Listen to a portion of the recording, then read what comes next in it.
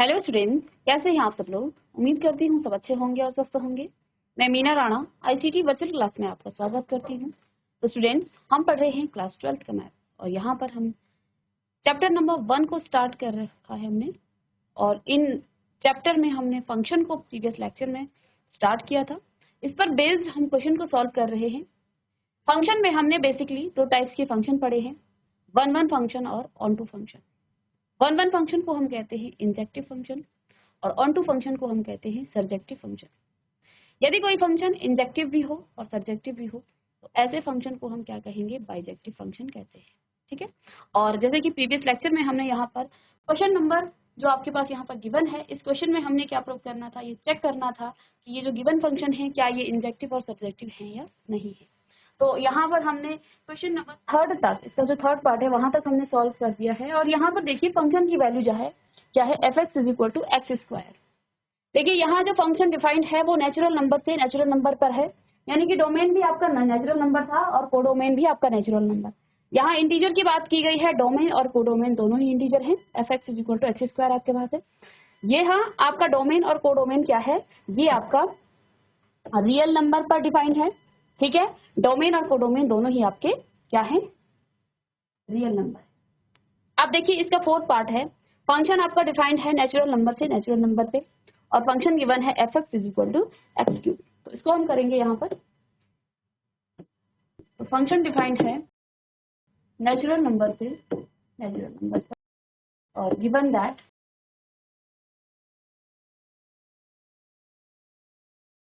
f(x = x³। अभी तक हम डिफाइंड फंक्शन आपका कहाँ पर था, f(x) बराबर क्या था, x²। अब यहाँ पर क्या गिवन है, f(x) बराबर x³। ठीक है। तो देखिए नेचुरल नंबर से नेचुरल नंबर पर आपका फंक्शन डिफाइंड है। तो एक पिक्चर यहाँ पर हम बना लेंगे इस तरह से।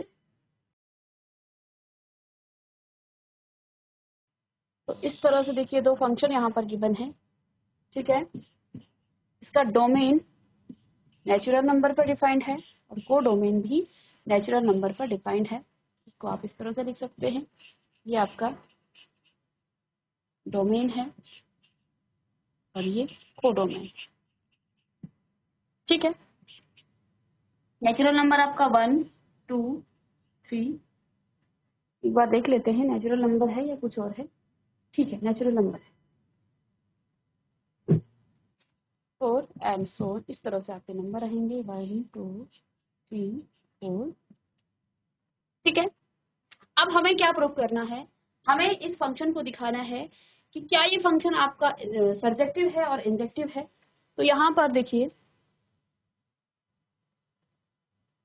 फॉर इंजेक्टिव या इंजेक्टिविटी भी आप इसको कह सकते हैं।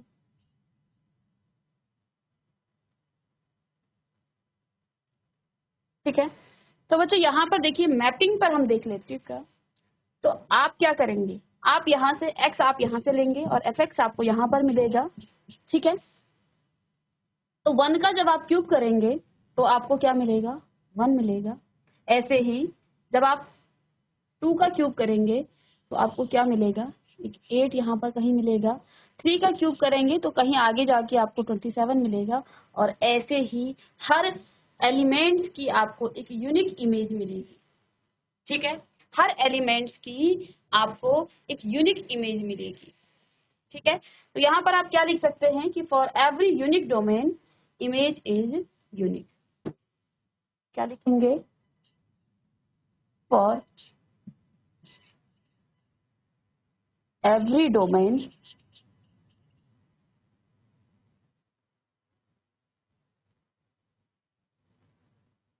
image is unique. For every domain image is unique in codomain. कहाँ पर, कोडोमेन में।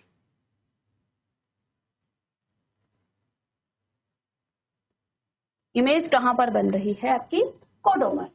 ठीक है, तो देखिए आप देख पा रहे हैं जैसे मैपिंग में भी आपको दिख रहा है कि जब आप 1x आप कहाँ से लेंगे, यहाँ से लेंगे और f(x) बराबर क्या है, क्या है आपके पास, x³ है। ठीक है, और f(x) आपको यहाँ पर मिलेगा। ठीक है, x को जब आपने 1 लिया, इस 1 का आप क्यूब करेंगे तो आपको fx मिलेगा। तो इस 1 का क्यूब करने पर आपको मिलेगा 1, 2 का क्यूब करेंगे तो आपको 8 मिलेगा। ऐसे ही आप 3 का क्यूब करेंगे तो आपको 27 मिलेगा, और ऐसे ही जब आप 4 का भी करेंगे तो वो 64, इसी नेचुरल नंबर की लिस्ट में वो आपको मिलेगा।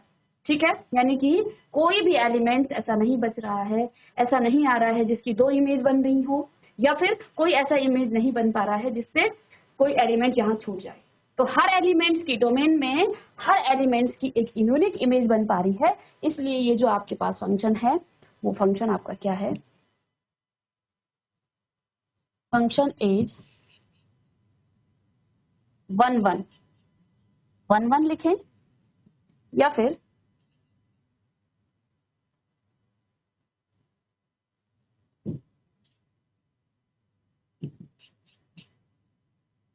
इंजेक्टिव। फंक्शन आपका क्या है, 1 1 है या इंजेक्टिव। ठीक है, अब देखिए सेकंड, देखिए पहला तो हमने 1 1 के लिए देखा, और ऑन टू।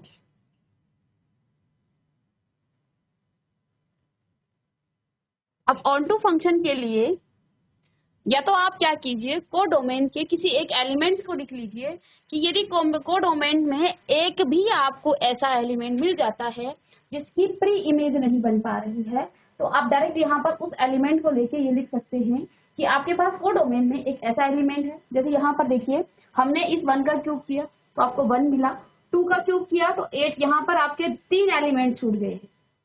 ठीक है ना, इसके अलावा और भी एलिमेंट होंगे, 5 6 भी होगा, 7 भी होगा।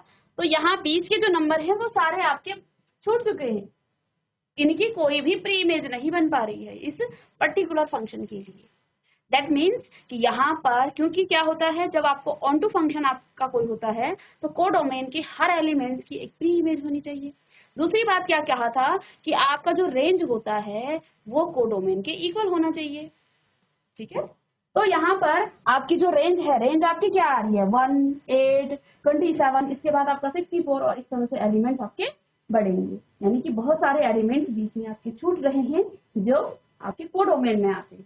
तो दो चीजें आप लिख सकते हैं, या तो आप यहाँ से एक भी एलिमेंट अगर छूट जाता है तो ये इसका ऑन टू फंक्शन नहीं होगा, या दूसरी बात आप क्या लिख सकते हैं कि कोडोमेन क्या है आपका, कोडोमेन आपका क्या होना चाहिए, for onto function codomain is equal to range. यदि कोडोमेन रेंज के इक्वल आ जाता है तो हम क्या कहते हैं कि ये फंक्शन आपका क्या है, ये आपका ऑन टू फंक्शन है।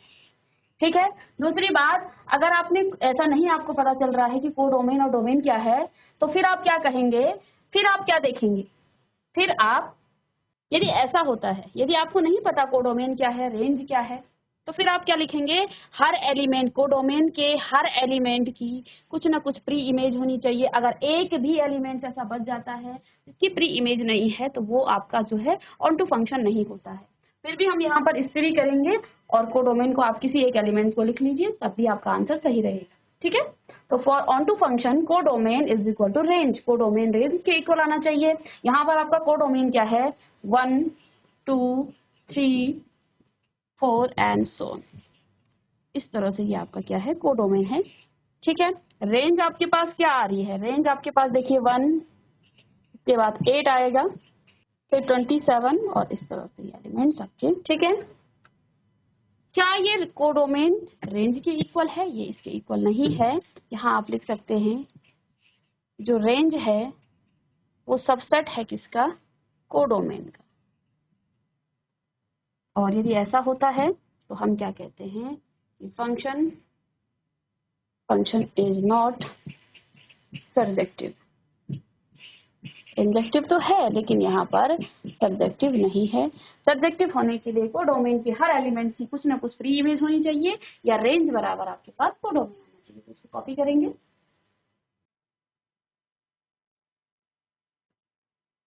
अब एक और लास्ट यहाँ पर क्वेश्चन आपको छूट गया है। इसमें देखिए, इसमें भी आपका जो फंक्शन डिफाइंड है वो है जेड से जेड में, यानी कि इंटीजर्स की बात हम यहाँ पर कर रहे हैं। तो फंक्शन आपका है एफ जेड टू जेड, और एफ एक्स बराबर आपको क्या गिवन है, एक्स क्यूब। तो दो इस तरह से हम बना लेंगे यहाँ पर सेट, जो कि इंटीजर्स का सेट है, ठीक है। और यहाँ पर fx बराबर आपको क्या दे रखा है, एक्स क्यूब, ठीक है। ये आपका z है और ये भी आपका z है, ठीक है। अब यहाँ पर देखिए इंटीजर में आपके +1 भी आता है और -1 भी आता है, ठीक है। तो जब आप क्या लेंगे, देखिए मैं -1 की बात कर रही हूँ, पहले मैं -1 की बात करूँ,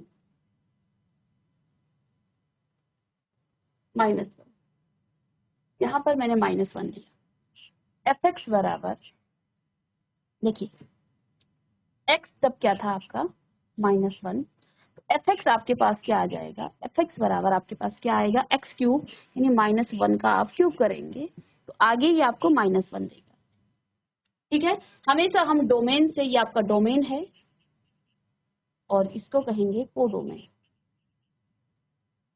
ये डोमेन है, ये कोडोमेन है।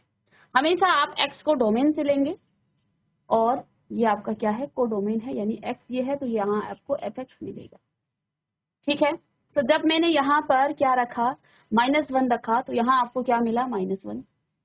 मैं x की वैल्यू को 1 रखूं, fx आपको क्या मिलेगा, 1 का क्यूब आप करेंगे, ये आपको 1 देगा, दैट मीन्स 1 मिलेगा, ठीक है। -1 इमेज 1, 1 की इमेज 1 पर बनेगी, ठीक है। ऐसे ही 0 जब आप रखेंगे तो 0 की 0 पर इमेज बनेगी, ठीक है। यदि मैं x बराबर 2 रखूं, -2 रखूं, तो -2 का स्क्वायर क्यूब करेंगे हम, तो ये आपको मिलेगा -8। तो -2 रखने पर इमेज आपको -8 मिली, ठीक है। ऐसे ही x को जब आप +2 रखेंगे, क्यूब करेंगे इसका, तो 8 रखेंगे, 8 आ जाएगा। इमेज कितनी बनी, इमेज यहाँ 8 पर आएगी, ठीक है। ऐसे ही बस इतने सफिशिएंट हैं, आगे भी आप रखना चाहें तो ऐसा ही आपका आएगा, ठीक है। तो इस बात को आप समझ लीजिए कि हम डोमेन से हमेशा x को लेते हैं, x की वैल्यू को आप यहाँ पर रखेंगे तो आपको fx मिल जाएगा और fx आपको हमेशा कोडोमेन से मिलेगा, ठीक है। तो यहाँ देखिए हर एलिमेंट की एक यूनिक इमेज बन रही है, कहाँ पर, कोडोमेन में। फॉर एवरी एलिमेंट, यहाँ पर आप क्या लिखेंगे कि फॉर एवरी एलिमेंट डोमेन, जो आपके डोमेन के एलिमेंट्स हैं उनकी क्या है, एक यूनिक इमेज है, ठीक है। तो ये इसको आप लिख लेंगे, ये तो रफ के लिए था, समझाने के लिए। फर्स्ट देखिए और 1 1,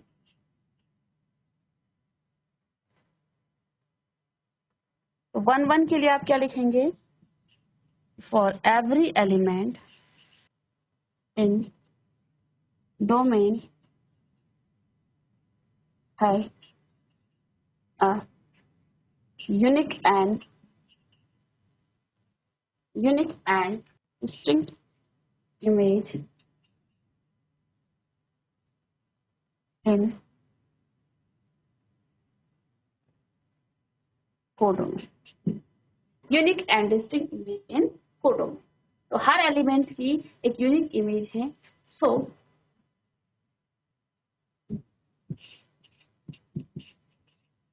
इट्स अ 1 1, या 1 1 को आप क्या कहेंगे, इंजेक्टिव फंक्शन। तो ये जो फंक्शन आपका है, ये आपका इंजेक्टिव फंक्शन है, 1 1 फंक्शन है, ठीक है। अब देखिए सेकंड हम क्या लिखेंगे इसके लिए, फॉर ऑन टू फंक्शन के लिए हम क्या कहेंगे, जो रेंज है वो कोडोमेन के इक्वल अगर आ जाती है तो हम कहेंगे ये आपकी क्या है, कोड, ये आपका ऑन टू फंक्शन है। यदि रेंज कोडोमेन के इक्वल आ जाती है तो हम कहेंगे ये जो फंक्शन आपको गिवन है ये यहाँ पर आपका ऑन टू फंक्शन हो जाएगा, यानी कि सर्जेक्टिव फंक्शन होगा, ठीक है। अब बच्चों यहाँ पर देखिए आपका कोडोमेन क्या क्या है, कोडोमेन आपके पास देखिए क्योंकि z है और कोडोमेन में आपके और भी एलिमेंट्स आ जाएंगे। रेंज देखिए, रेंज क्या है यहाँ पर, 1 0 भी आ जाएगा, 0 को जब आप लेंगे यहाँ 0, तो 0 की इमेज 0 पर बनेगी, ठीक है। और नेगेटिव नंबर की बात करें तो वहां पर हम लिख रहे हैं तो 0 भी आ जाएगा और 1 ऐसे ही -1 0 लिखा था हमने पहले, 0 हमने यहाँ पर लिखा था, तो लिखने की जरूरत नहीं थी। ठीक है, तो देखिए रेंज आपके पास आ रहा है 0 +1 -1 -2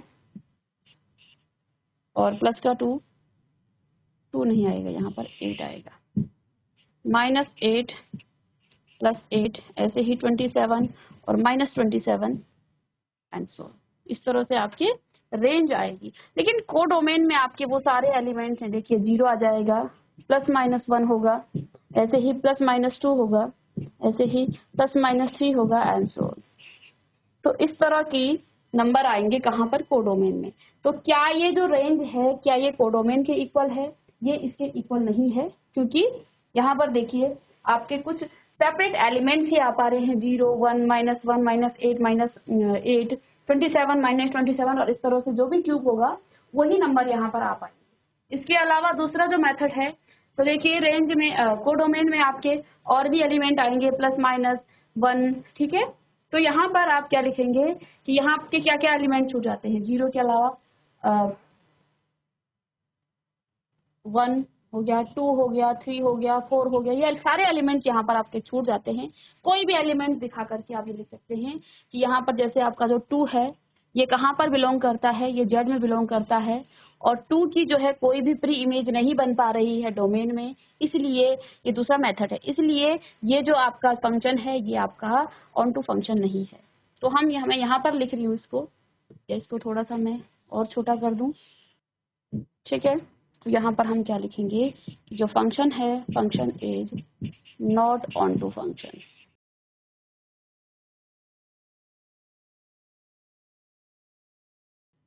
ठीक है। फंक्शन आपका ऑन टू फंक्शन नहीं है। चलिए नेक्स्ट क्वेश्चन है, अब हमने इसका सारे पार्ट्स कर लिए हैं, ठीक है। अब नेक्स्ट क्वेश्चन है इसका, क्वेश्चन नंबर 3।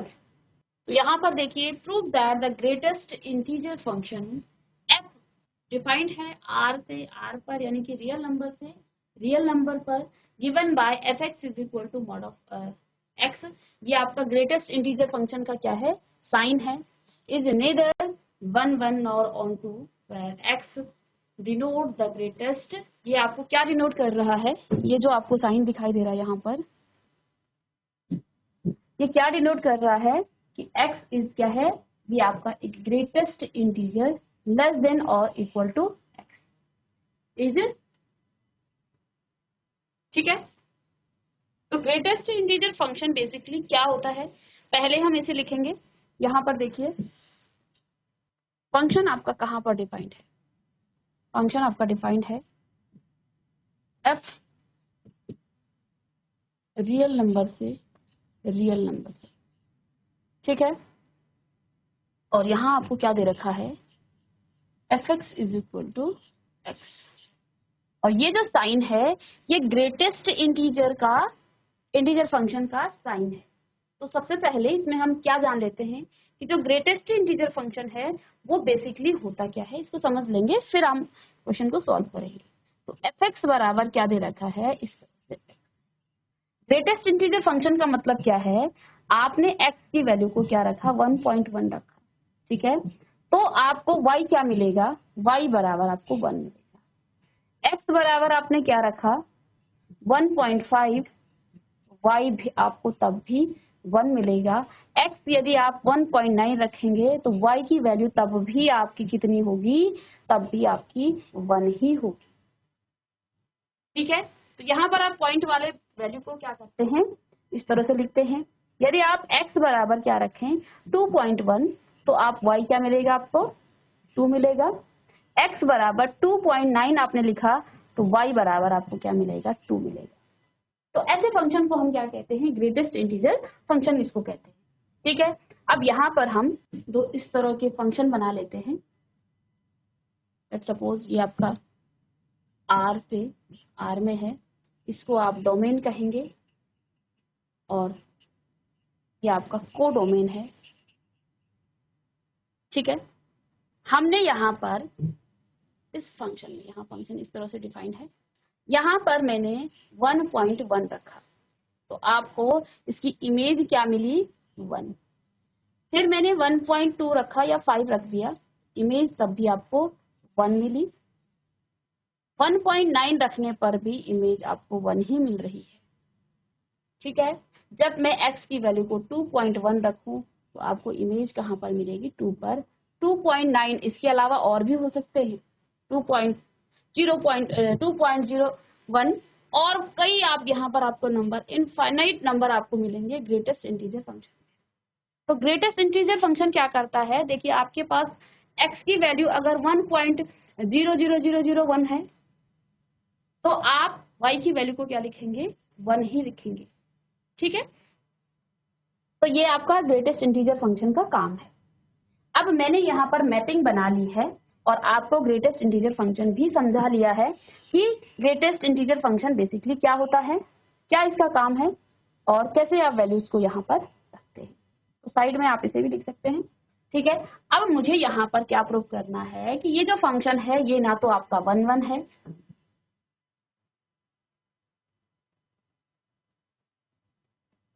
वन के लिए हम क्या करते हैं, every element in domain has a unique and distinct image in codomain। क्या कहा जाता है कि every element, देखिए एग्जाम में जब आप लिखें तो इसको जरूर लिखिए, every element in domain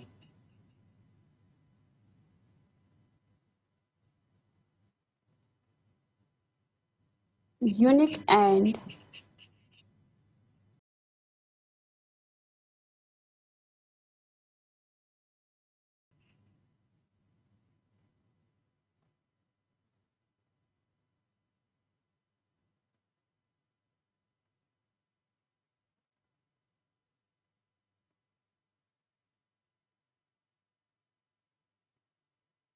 one function क्या कहता है कि every element in domain has unique and distinct image in codomain। ठीक है, अब यहाँ पर आप देखिए 1.1 की जो इमेज बन रही है वो 1 पर है, 1.5 की इमेज भी 1 पर है और 1.9 की इमेज भी 1 पर। तो इसकी ना तो यूनिक है और ना ही डिस्टिंक्ट है। देखिए बहुत सारे एलिमेंट की एक ही इमेज बन रही है, इसलिए ये जो फंक्शन है ये आपका 1 फंक्शन नहीं है। तो द फंक्शन इज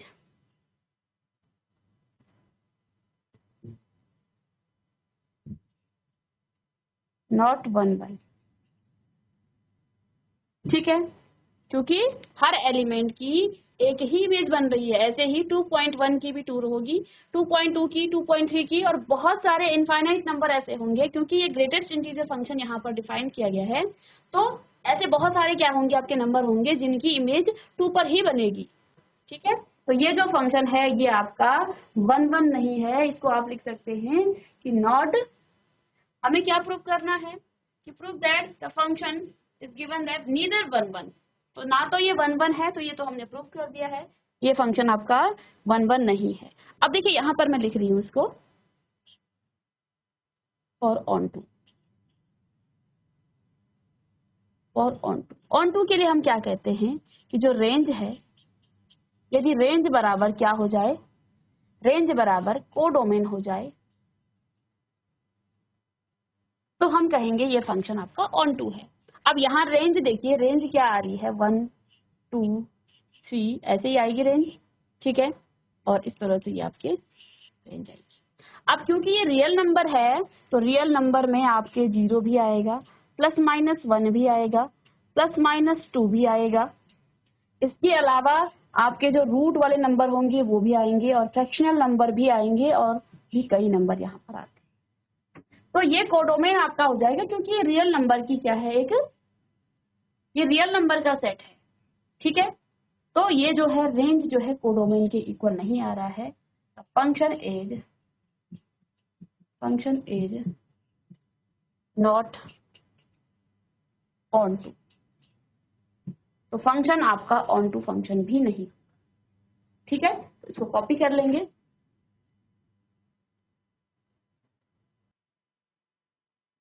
यहाँ पर आप क्या लिख सकते हैं कि for every domain image is not unique so the function is not 1।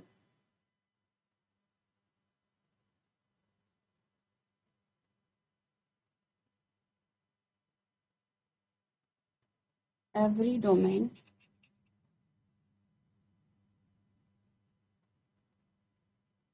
not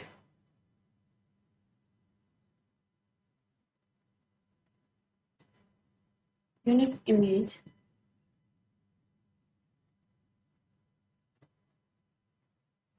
so the function is not। तो यहाँ पर हमने प्रूफ कर दिया है कि ये जो आपको गिवन फंक्शन है ये ना तो आपका वन वन है और ना ही ये फंक्शन आपका ऑन टू फंक्शन। तो यहाँ पर देखिए हमने वन वन और ऑन टू इसको क्या किया है, ये जो फंक्शन आपको गिवन है ये ना तो वन वन है और ना ही ऑन टू फंक्शन है।